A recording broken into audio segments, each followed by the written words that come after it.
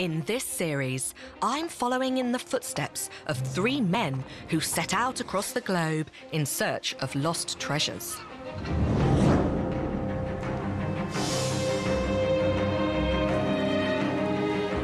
The discoveries they made rewrote history. I'm standing in the presence of the birth of Viking art, revealing the untold story of how human societies began. What was going to come out of the ground here was going to rewrite the book of Western civilization. But these finds are not always what they seem, because the men behind them were products of their eras, driven by nationalism, colonialism, and ego, competing to stamp their mark on our shared past. This time, I'm in Norway to fulfill a lifelong dream. Oh, what a treat! Exploring the discovery of the world's oldest and best preserved Viking ship. It's so rich that it's quite hard to grasp.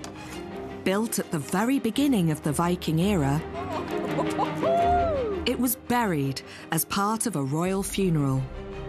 Somehow, the ship and its vast collection of burial treasures survived almost intact for a millennium before it was rediscovered in 1903. This find would revolutionize our view of these legendary warriors, previously famous only for their brutality. It was unearthed just as nationalism was on the rise in Europe, and became a powerful catalyst for Norway to throw off foreign rule and win its freedom. He's very much aware of a hatred of Swedes. Known as the Oseberg ship, it's the most lavish and extravagant Viking burial ever found. The Oseberg ranks right up there with Tutankhamun's grave. Whoever was buried here was certainly Viking royalty, but with a twist that no one expected.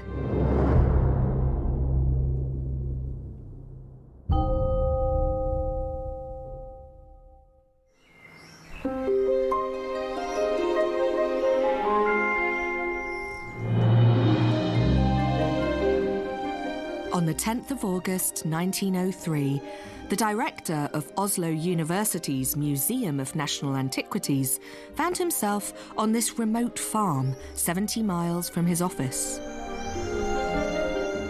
This quiet, unassuming professor from Sweden had been persuaded to investigate a mysterious mound of earth by the landowner, who was convinced it contained something extraordinary.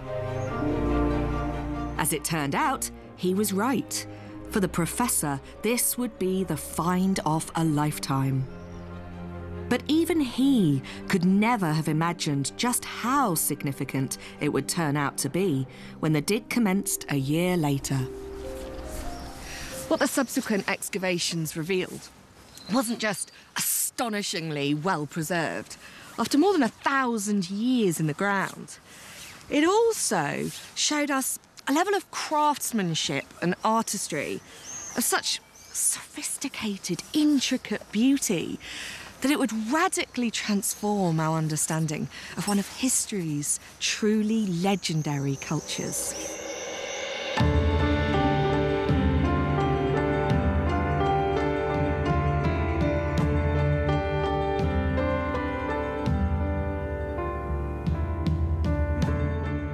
The mound contained a near-complete Viking longship, which had somehow survived in miraculous condition, along with its remarkable collection of burial treasures. Known as the Oseberg ship, its delicate carvings and sleek design would totally transform the Vikings' reputation as vicious savages. From the late 8th to the early 11th century, the Vikings sailed out from their Scandinavian homeland to conquer much of Europe. Their main goal was to establish trade routes throughout their empire, but their raiding parties became feared as notorious killers, hell-bent on plundering gold, slaves, and women. Now, the Oseberg ship would tell a very different story. That story begins here, at Oslo's Historical Museum, which first opened to the public in 1904. Back then, the man in charge was Professor Gabriel Gustafsson. He had moved to Norway from his native Sweden in 1900 to take up the prestigious job of Director of Antiquities at the museum, then housed in Oslo's university buildings. It was as he was preparing for the move to the new building that a local landowner paid an unexpected visit. It's the afternoon of the 8th of August 1903. It's one of the hottest days of the year, and a farmer called Oscar Rom has come to the museum specifically to see Professor Gustafsson, whose office is behind this door.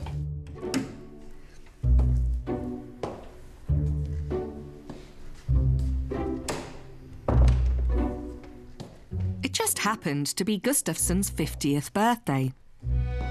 But he was rather preoccupied with the daunting task of relocating the museum's entire collection to the new building. So when he was interrupted by a farmer babbling on about some Viking ship buried on his land, apparently Gustafsson was not very impressed. This is Oscar Rom's account of the meeting. The professor did not look up. He looked very weary where he sat. He whimpered once and said, "Well, they all say that." But then Oscar produced from his pocket a piece of wood about the size of this pencil. It was intricately carved oak, inlaid with silver, part of an ancient ship's tiller. Suddenly, Gustafsson was very interested indeed. Fortunately, the museum also holds Professor Gustafsson's archive, which can tell us what he really thought about farmer Oscar Rom's visit. These boxes contain Gustafsson's work diaries, sketches, and copies of his professional letters, including one he wrote immediately after Oscar left his office. We have a copy of the first letter he actually wrote to Oscar Rom on the 8th of August 1903.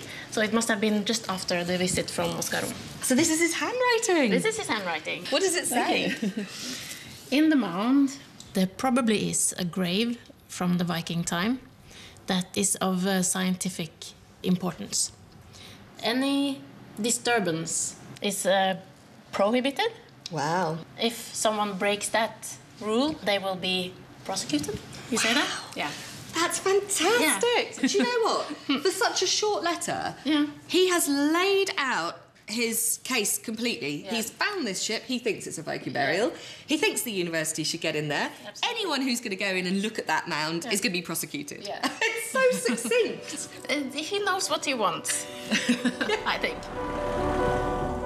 The chance to excavate a Viking ship was an almost unheard of opportunity to find out more about a people whose fearsome reputation sprang from one of their earliest attacks.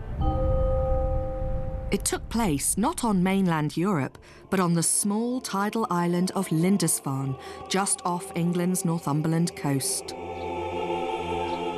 Known as Holy Island, in 634 AD, Irish monks established a priory here on a mission to convert the local pagans to Christianity.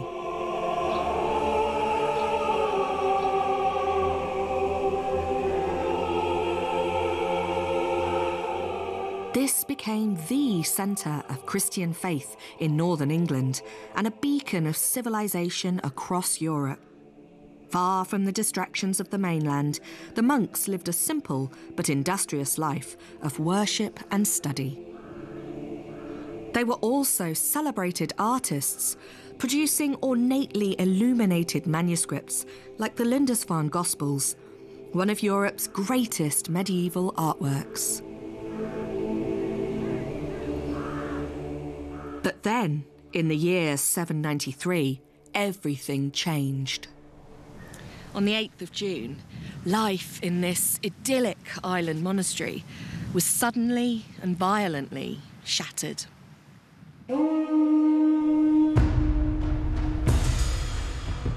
strange-looking ships appeared on the horizon.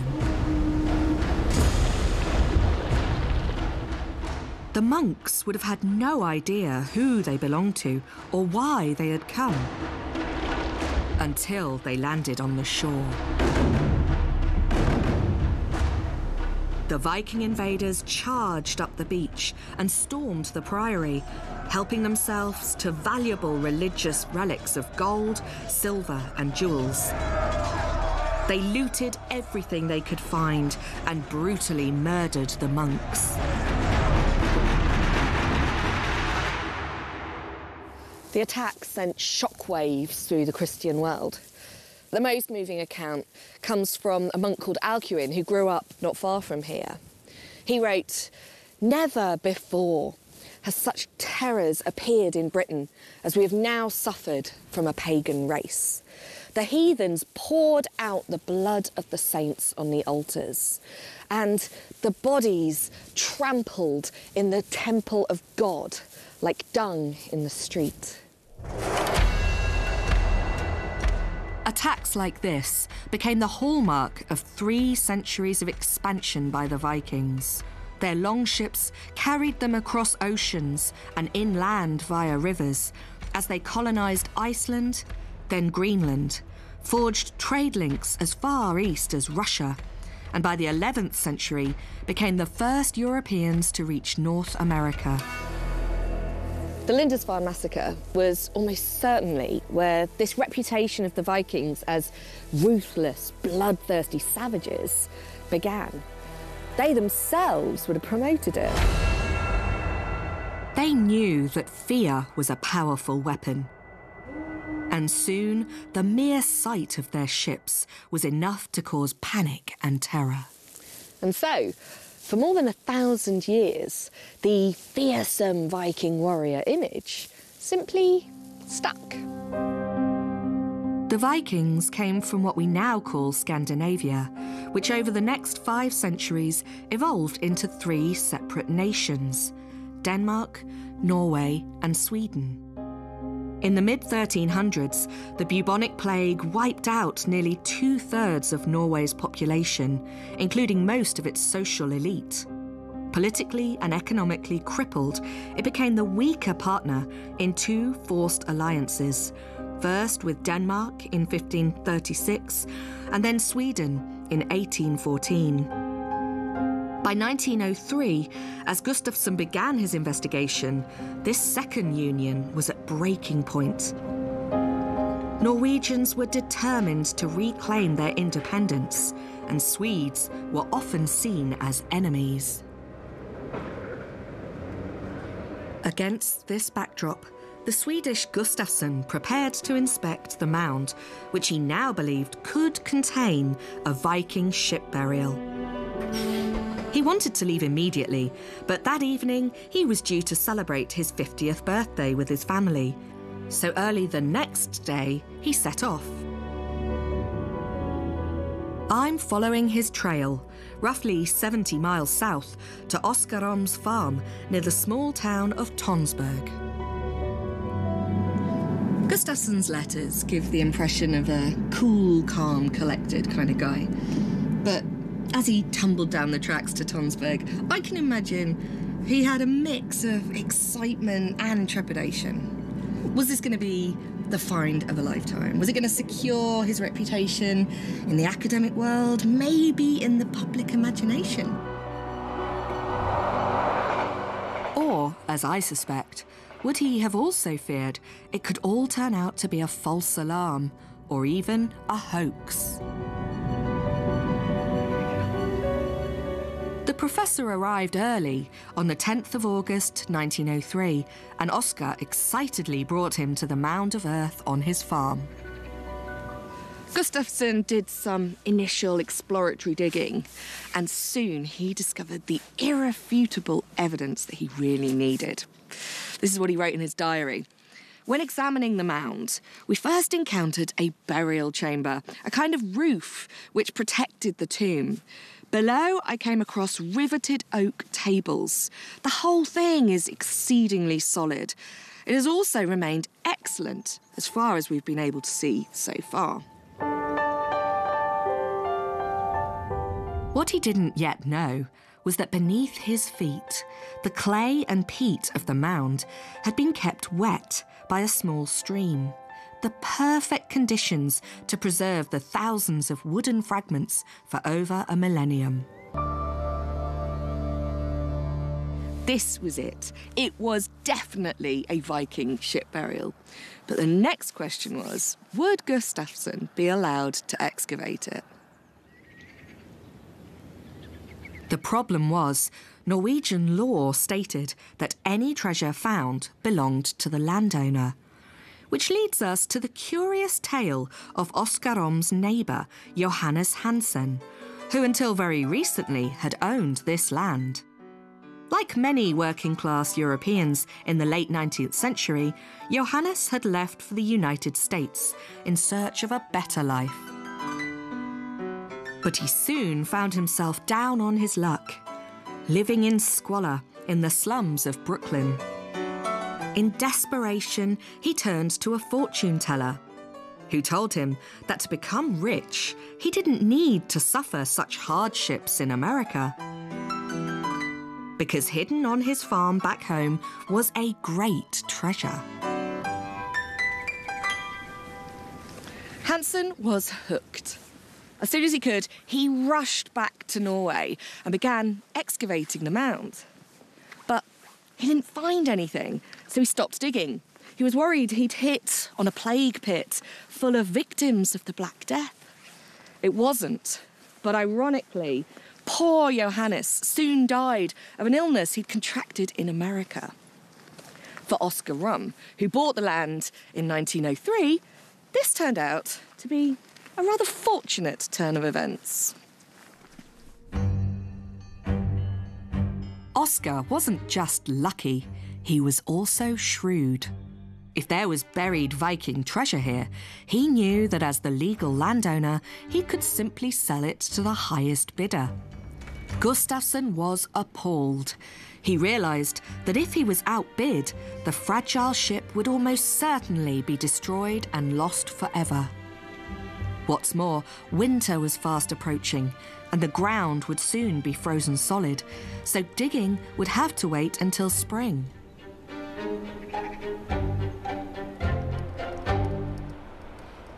Over the winter, Gustafsson would have examined the records from a Viking find unearthed just 20 years earlier, offering the glimmer of hope that much of his ship had remained intact. Just 15 miles away, two sons of a farmer had been digging into the frozen ground of a similar mound, and they made the most incredible discovery. It was one of the first relatively intact Viking longships. The Gokstad ship was incomplete and damaged, but what really mattered lay at the heart of the ship, a human skeleton. The bones came from a 9th century man. Must have been a chieftain. It looks like he died from injuries sustained in battle.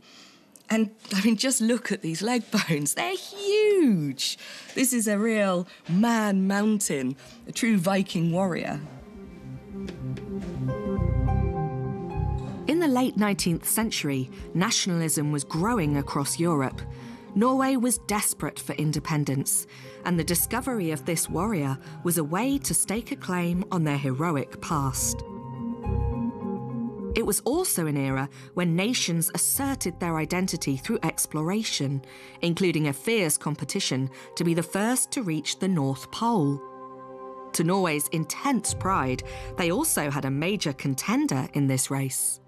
When this chap, Fridtjof Nansen, returned from his attempt to get to the North Pole in 1895, he was immediately hailed as a national hero. Nansen's bid for the pole had fallen short, but he did get further north than anyone in history, which was enough for Norway to declare him a living legend. And the best way to do that was to portray him as a latter-day version of another great seafaring hero, the Viking king Olaf Tryggvason. To prove it, just look at this book illustration. It shows the Norse king Olaf squaring up to Sigrid the Haughty of Sweden. It was published in Norway around 1900. Then, look at this photo of Nansen, taken at almost exactly the same time. It's quite striking. You put them alongside each other. It's like a mirror image. This really does seem to demonstrate that at this time there was an insatiable desire on the part of the people of Norway to connect back to their Viking roots.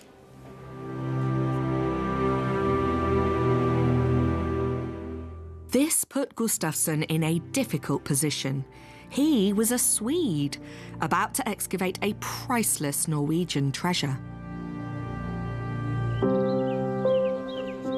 By March 1904, Gustafsson had organised his team, raised government funding, and was ready to start excavating.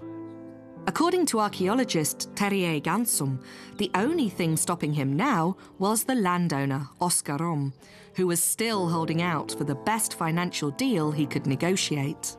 Oskar Rom is a fascinating guy. In the literature, he is portrayed like this greedy farmer. He wanted to earn money. There's nothing wrong with that. And he didn't care. This professor, Gustafsson, comes from Oslo and told him how to behave. He didn't listen at all. But the professor is also has his agenda. And he doesn't want to pay more than necessary. He was arguing that since the ship and everything was in pieces, they should reduce the price. It's broken. It's broken. Oskar was demanding 12,000 kroner, a fortune. To Gabriel's dismay, the museum eventually caved in. But there was still very much tension between them. So they actually stopped talking and wrote notes each morning to give to each other. Wow, post-it notes. Gustafsson already faced prejudice from Norwegian colleagues and neighbours. Now he was to lead the world's biggest dig under the gaze of a nation ready to hijack it for its nationalist cause. The excavation began on the 13th of June 1904. Anticipation was running high.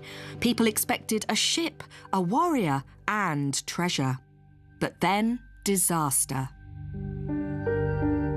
Almost the first thing Gustafsson discovered was a trench dug centuries earlier into the burial chamber. He realised to his horror that any precious metals had disappeared, probably looted by grave robbers. The disappointment was enormous because the whole country was expecting him to find incredible treasures. Within his own collection at the Historical Museum was a superb example of a hoard of 9th century Viking treasure, discovered in 1834, yet again on a farm just 30 miles from Oslo. This is known as the Hoard, and it's one of the largest Viking hoards of gold ever discovered. There is 2.5 kilograms of gold here, and it tells us so much. Down here you can see coins that have been reappropriated as pendants. This is a Roman coin that has had this fitting attached to the top to turn it into something that can be worn. This utterly beautiful collection of objects tells us that Vikings got as far afield as Byzantium, Constantinople, that they had these contacts over with the British Isles, Anglo-Saxon England, Celtic Ireland. Some of these beads that you see, there's coral there from the Indian Ocean. You've got Asia represented. These are things that are coming here from all over the known world.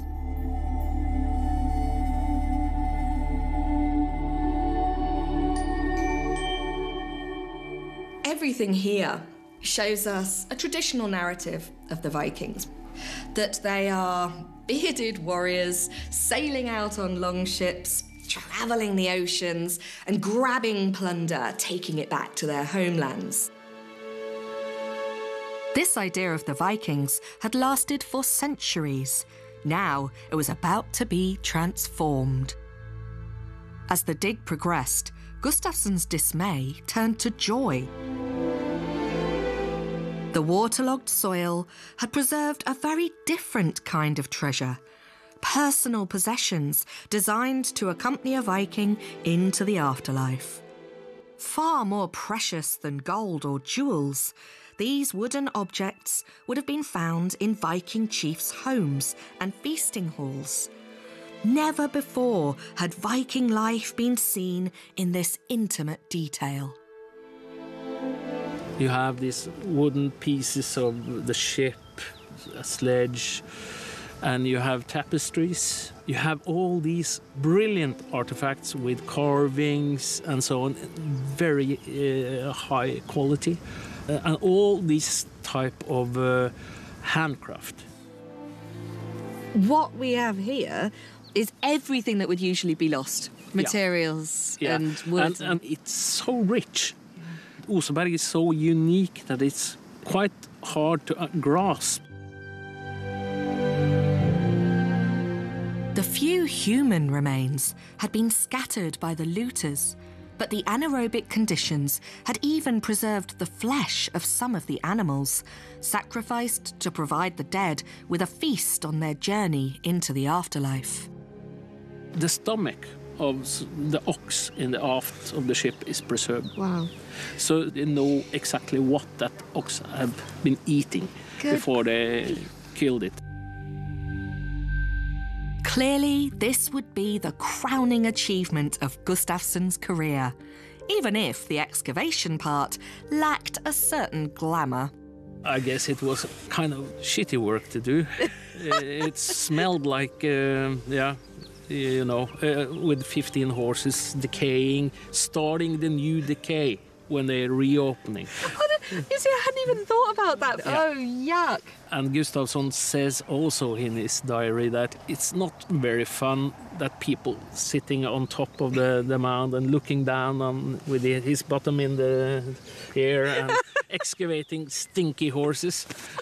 I know. I mean, he does write, doesn't he? He does talk about people looking at him, being watched, being observed. The press in particular, he's not happy about the press, is he? No, I guess he is the old-fashioned academic who wanted to have quiet and order. Gustafsson's meticulous record-keeping and systematic documentation were years ahead of their time, and vital to the success of this huge interdisciplinary challenge. The practices he pioneered for the Oseberg dig would be studied for decades. Some are even still in use today. He is the first archaeologist in Norway using millimeter paper to get accurate documentation. He also is one of the first to use photography, so we should be super happy that it was Gustafsson taking charge here. He was aware how much this would mean for the future. For 115 years, it looked like no other significant Viking ship would ever be found. But in the autumn of 2008, archaeologists were surveying a known Viking settlement when they detected the unmistakable outline of a ship. Could this find be as rich as the Oseberg? 2 years later, and I'm lucky enough to be able to visit Norway's first Viking ship excavation since Gustafsson's. Building on his legacy, this team has the advantage of 21st century technology to help them, which is just as well. This ship's timbers have completely rotted away, leaving just a faint impression in the soil. Even so, it's a national event for Norway, with live streaming over the internet, plus a week-long series of live broadcasts from the site. So just imagine the impact the fully preserved Oseberg ship would have made at the time. And unlike Professor Gustafsson, the manager of this project, Christian Rudsrud, positively welcomes the attention. Oh, there's been so much media interest from all over the world. And of course, Norwegians are very proud of this. The remaining ships, the Oseberg and the Gokstad and Tune, they are national symbols, of course. And this will be the fourth well-documented Viking ship. And it's obviously a lot slower if we compare how the Oseberg ship came out of the ground. We cannot compare it to the Oseberg. It's not that well preserved. But we're still able to get a lot of information out of it by using modern methodology. Using a technique called photogrammetry, a digital 3D model of the ship will be created by combining photographs of the faint impressions left by the timbers in the soil. Well, this is very interesting.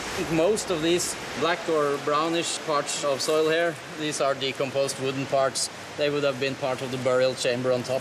Oh, so we've got the roof of the burial chamber. I think so, at least. But I'm certain that this is some kind of high-level individual, like a king or a queen. Oh, my goodness.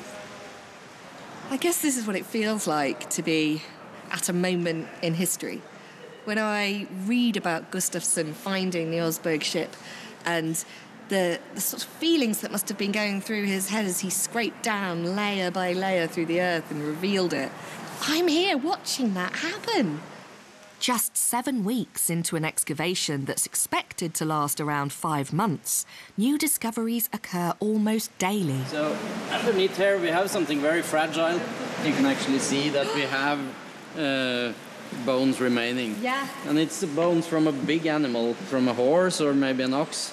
I mean, that is in good condition. What could you do if you start to get bones of this calibre that are human coming out?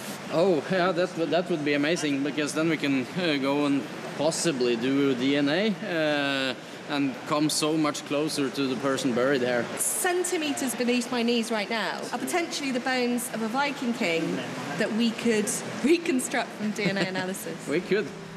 Analysing the DNA of a Viking royal would potentially unlock a wealth of information about their lineage, where they travelled to, even their physical appearance. But even after 115 years, Gustafsson's pioneering work on the Oseberg still has a part to play in this cutting-edge excavation. It's the most well-documented ship we have, so he did a lot of drawings, which are great information, and it's very comparable for us. We consult his drawings to compare, of course, but he wasn't able to do it digitally, and that's the big difference. With no wood to work with, the ability to create a digital model rather than a physical reconstruction means this team will be spared the seemingly impossible task that Gustafsson faced next. Because his Viking ship was broken into thousands of pieces. They were brought here to Oslo's Akershus fortress to dry out slowly before Gustafsson could even begin the mammoth and unprecedented reconstruction job. For a sense of the sheer scale of this operation, I visited the fortress with Viking ship specialist Knut Pauska, who has spent years studying and documenting the Oseberg ship. Where exactly here did they lay out the pieces of the ship then? Well, the truth is that we don't know exactly which basement it was, but it was a part of this castle. But why did he choose this place? They wanted it to dry out slowly. And a wet basement here in this castle was just excellent for it, actually. So it stayed here for several years, and then they took it into university, and they started to build up the ship. The ship was in 2,000 pieces. 2,000? And how on earth should you make a ship out of that? Where to start, huh? But just to start with the keel and then slowly build it up, huh? But it was not only the ship, it was also all the amazing things laying on board. The sleighs, the wagons, all those things needed care at once. So they had actually to wait with the ship. Mm-hmm. That was good as well, because you kind of needed some time to do some thinking. How on earth should we start? How should we do this thing? It took 21 years to complete, but it was worth it. The Vikings were nothing without their ships, and the Oseberg taught us just how advanced they really were. How their shallow draft allowed them to navigate in just 1 metre of water. How they were built to be light enough to carry, yet strong enough to handle open seas. Gustafsson's work had given us something truly unique, the world's only near-complete Viking ship. When we look at the finished ship, how much of that is the original? My guess is 95%. That's nearly everything, yeah? And that's the only Viking ship. It's everything. And if you want to find anything like that another time, this is the one and only. How much of the success was down to Gustafsson?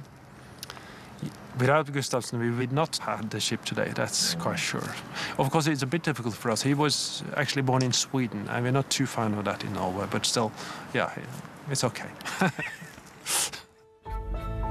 As Gustafsson began the Osberg restoration, Norway finally won its freedom, able to make its own laws and determine its own future.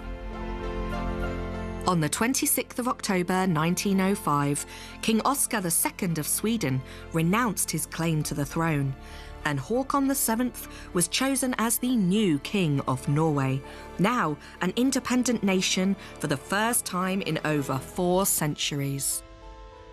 But for a Swede like Gustafsson, Norway was still a fairly hostile environment. He had lived here for 5 years, married a Norwegian, worked and raised a family here, but he felt people never let him forget he was an outsider. He wrote that he felt like an exile, wishing to be on native soil, so he threw himself into his work. Gustafsson's monumental achievement in reconstructing the Viking ship gave us a huge body of knowledge. Today, experimental archaeologist Jan Knudsen and his team of craftsmen are using his findings to give us a deeper understanding by actually rebuilding a working Viking ship. Hi, Jan. Hello. Hi. Hi. This looks great. What are you doing? We're going to split this huge log to make boards for our ship. Now, I thought there'd be chainsaws, great big double-ended saws, but there's nothing like that here. That's not exciting at all. We're making it the old way, like the Vikings did it. So they used iron wedges like this. Okay. To split. And then afterwards we use bigger wooden wedges and big sledgehammers to split the log. God, it's such an amazing process to watch. I really want to have a go. Guys, can I have a go? Yeah, I really feel like having a... I want to use this hammer because it's got a bigger head. I'm feeling strong. Hang on, take the middle ones. Yeah. Okay. Ah, come on. That feels good. Yeah. Take out some rage. Quite impressed by myself. Yeah. I'm impressed too. Thank you. I think I'm done. Rolf, would you... I'll let you take over, Rolf. Okay. It took the team 3 back-breaking hours to work their way along the entire length of the log. Oh!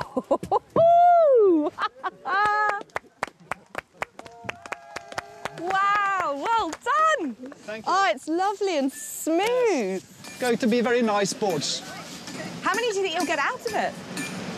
I hope we will get 16 boards out of this.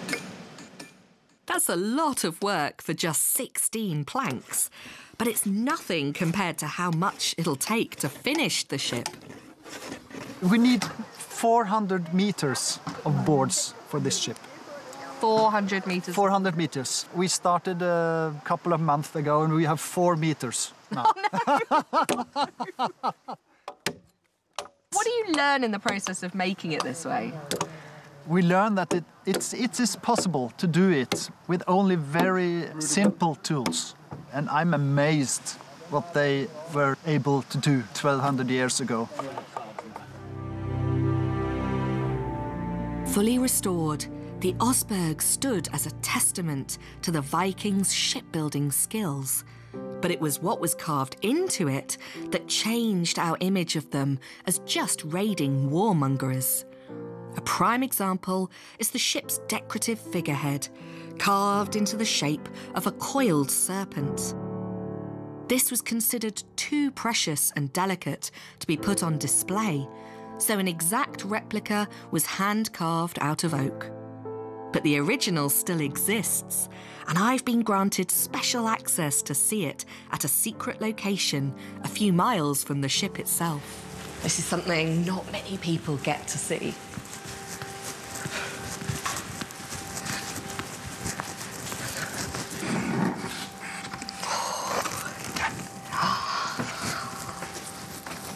Oh, what a treat. Gosh, I keep having to remind myself that I'm looking at 1,200-year-old wood. This stuff never survives. It's intact. And it's very beautiful. The way that this serpent's spine is picked out, deeply carved there, and then there's these waves to suggest sort of undulation of the serpent going all the way around. It gives it such a dynamic. It almost looks like it's moving, like it's writhing. This is beautiful carving. It's a beautiful object. And if this is just a taste of what's to come, I cannot wait to see the full ship.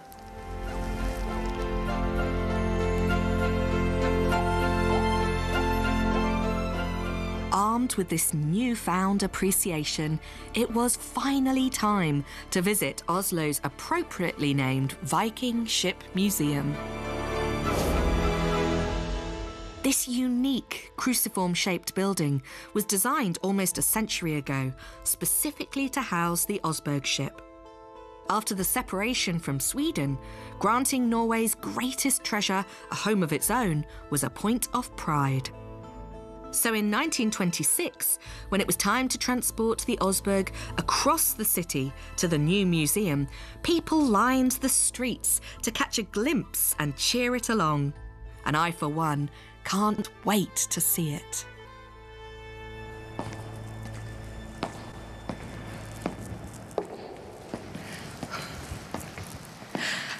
This really is a wow moment.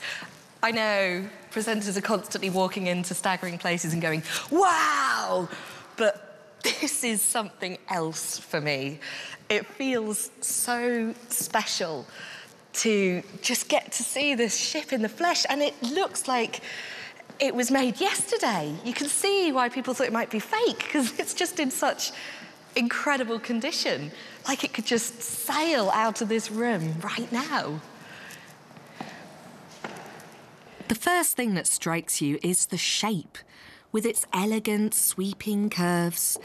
At just over 70 feet, it's actually shorter than typical longships, probably because as one of the very earliest built, it blazed a trail for later designs. Then your eyes begin to take in the detail. Wow. The incredibly intricate carvings on the bow and stern. The carving is just unbelievable. So beautiful. The craftsmanship is just outstanding. This design is known as Osberg style. It's the earliest of 6 periods of Viking Age art. But it's also known as the gripping beast style because all the way here you can see creatures curling, overlapping one another. There's snakes and dragons. They're reaching out with their paws, touching their surroundings and each other. It's so exciting to think that I'm standing in the presence of the birth of Viking art. The early Vikings left us little in written form, so the symbolism of these carvings has been lost. But Scandinavia's relative isolation from the rest of Europe allowed its pre-Christian worldview, in which animals and nature played a major role, to survive much longer. The sagas and stories, passed down orally, tell us that serpents and dragons were especially important, and that ships were more than just transport. They were imbued with spiritual qualities. So, these figures undoubtedly represent a coming together of those very beliefs. I just can't get over the condition of this thing. Work like this could only be produced by a dedicated artisan class. The Vikings weren't just stealing other people's treasures. They valued beauty enough to create their own. This alone helped to redefine our view of them. The Osberg was a huge leap forward from the knowledge that had come from earlier finds, like the simpler Gokstad ship that now sits alongside it. Much of what you see here is replacement wood, but it's obviously a far more basic and rugged design. A workhorse meant for trade, travel, and terrorising. It's a remarkable find, but it told us very little about Viking culture.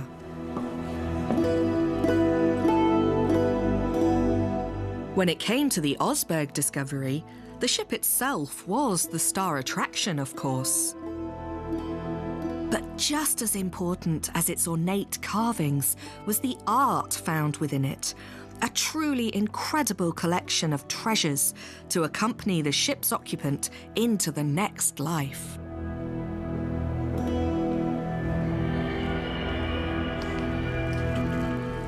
So the Osberg ship is pretty amazing, but look at this.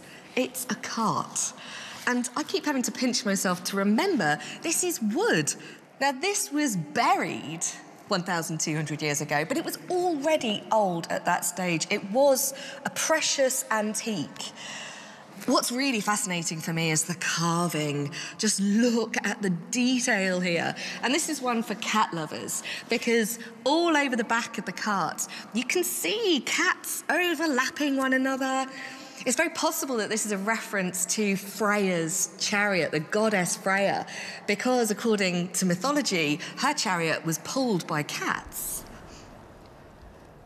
From Odin's ravens to the monstrous wolf Fenrir, animals feature heavily in Norse mythology. So at the very front, you've got the hero Gunnar in a snake pit where you can see all the snakes riding up and attacking him. It really brings a drama to this incredible Viking art. These carvings show a complex mythology, way beyond that of a simple warrior culture, echoing the great civilizations of ancient Greece and Rome. And this wagon is just one item in a collection of more than 700 pieces. A staggering number, many decorated and carved in the same gripping beast style. From the intriguing brass and enamel hinges of the so-called Buddha bucket to a dog collar that looks like it was bought yesterday. What is really so exciting about the range of objects that came out of the Osberg ship burial are the insights they give us into daily Viking life. I mean, look here, that is a chest for holding clothes. I know it's high status, but still, it's the sort of thing you'd have found in a Viking house. You've got shoes, actual Viking shoes. And then these bits of furniture, 6 beds were put into the ship, as well as the only surviving Viking chair. And we find textiles. These things never survive in the archaeological record. And yet here you've got needles, you've got things for spinning wool, and even little balls of yarn themselves. These objects add up to a spectacularly detailed snapshot of the Vikings at home, working, creating art, cooking and socialising. So different from the brutish people we'd previously imagined. By restoring the country's noble ancestry, the Osberg ship and its treasures gave Norway the confidence to stand proud as a nation, ready to take full advantage of the opportunities of the 20th century.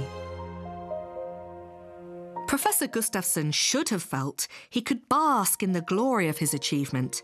In fact, his life only became more difficult. By making the most important Viking discovery in history, Gustafsson had found himself in an impossible situation. On the one hand, he was utterly delighted with his find. But on the other, He was deeply troubled by the aggressively nationalistic exploitation of it. He had gifted Norway with its greatest cultural treasure and remained quietly loyal to his adopted home. But even that wasn't enough. In his letters, Gustafsson writes that he's very much aware of a hatred of Swedes in his social circle. Politics, he says, is beginning to become unbearable, and he longs for a time when the Scandinavian countries will come together in a civilised arrangement.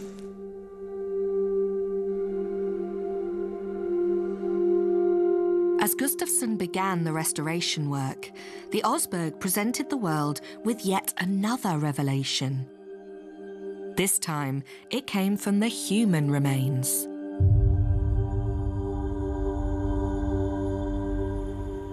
Before excavations began, it was assumed that, like in the Gokstad ship, the tomb was probably that of a big, strong warrior or a king.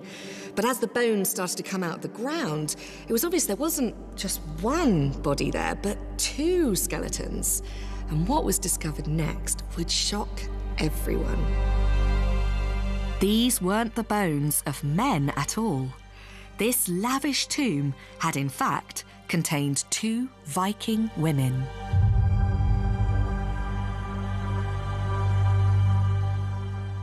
Mariana Muen has studied the remains while researching the roles played by women in Viking society. How outrageous was this discovery when they found out it was women? It was massive, really, really massive. The discovery of this burial was at a time when the Viking Age was big news anyway. And so there was this whole desire to link the Viking Age to present-day Norway by seeking a glorious past. The news that the bones were female came as Norway's nationalist fever reached its peak. Many believed that one of these women must have been Queen Åsa, grandmother of King Harald, the first ruler of a 9th century united Norway. It fitted the narrative of what they wanted. Look, here is a queen of the past, wasn't she mighty? The assumption was that Queen Åsa's extravagant funeral had included the sacrifice of a female slave, who was then buried with her. But in 2007, modern scientific analysis produced yet another surprising turn in the story.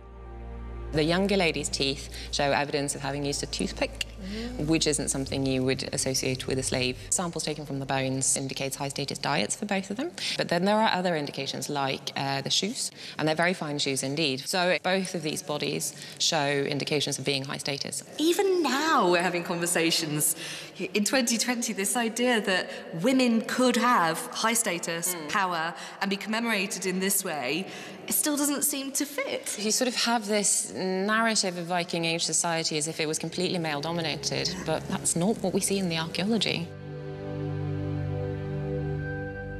That the Oseberg ship burial contained not one, but two powerful women, told us that our view of the Vikings as an entirely male-dominated culture was simply wrong. Professor Gustafsson, the quiet hero behind all the Oseberg's revelations, never did return home. He remained in Norway, braving the anti-Swedish sentiments aimed against him, and spent the next decade working on the restoration. His death in 1915 meant he never got to see the fully restored ship, but we have him to thank for this unique discovery and the many Viking revelations that it's given us.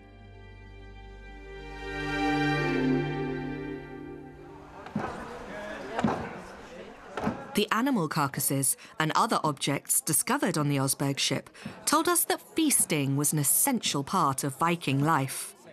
Today, experimental archaeologists use this evidence to recreate Viking feasts. This helps fill in the gaps in our knowledge and reveals more intimate details about Viking life.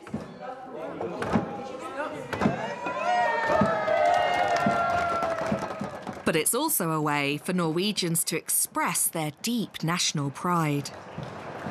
Your foundation takes the name Osberg. It's obviously important. Why is that ship and that discovery so important? Well, it's actually, obviously, the Osberg find is one of the main archaeological finds in the world. It ranks right up there with Tutankhamun's grave and others. Yeah. And it came at exactly the right time for Norway. And I know, Uni, that you have a personal connection to the archaeological dig, don't you? I do.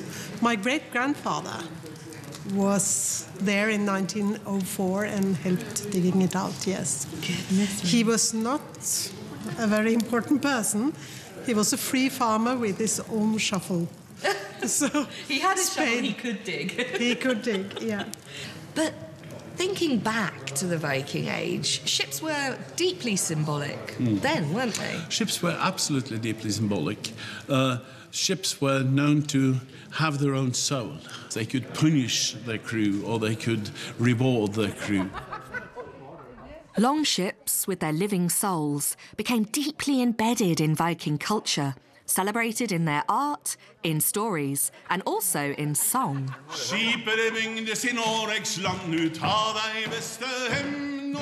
From the games they played to how they ate and what they wore, it's remarkable how Gustafsson's Osberg ship discovery is still giving us new information today. That was fantastic. My final experience in Norway is the closest thing to a voyage aboard the actual Osberg ship. This exact replica was hand-built in 2012 by Jan's team, together with Thor and Uni's foundation. Okay, crew, are you ready? Yeah! Let's Such an go experience. for it.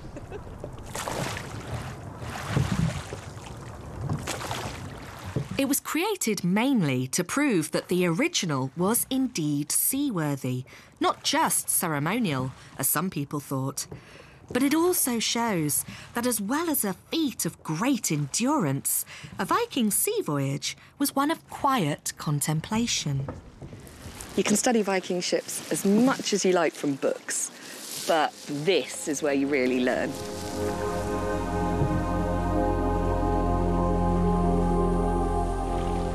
What more fitting tribute could there be to a ship that sailed across an ocean of time to show us how wrong we'd been in our perception of the Vikings?